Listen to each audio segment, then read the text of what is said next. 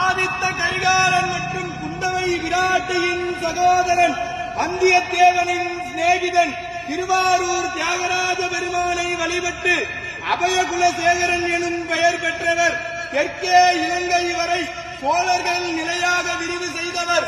தெய்வீகமான சொல்லாற்றும் நீதிமானாக இருந்து அருள்மொழிவர்மன் சேர சோழ பாண்டிய நிலைகளை ஆட்சி செய்த மும்முடி சோழன், கலைஞர் கோட்டையை வென்ற கலைஞர சோழன், கோயில்களை கட்டிய திருக்கோயில் சோழன், மக்கள் நலன் நியாயம் காட்டிய மண்மொழி சோழன், தஞ்சையை ஆண்ட தஞ்சை வல்லவன், சிவபக்தியில் சிறந்த சிவபாத சேகரன், திருமுறை கண்ட சோழன், மகா கலைஞன், மாநகர் அரசன், கடல் வீரன், சோழ வம்சத்தின் மிகச்சிறந்த ஆளுமை கொண்ட தெய்வீக அரசன், நம் பெரும்பாட்டன் பேரரசன் ராஜராஜ சோழன் வருகிறார்.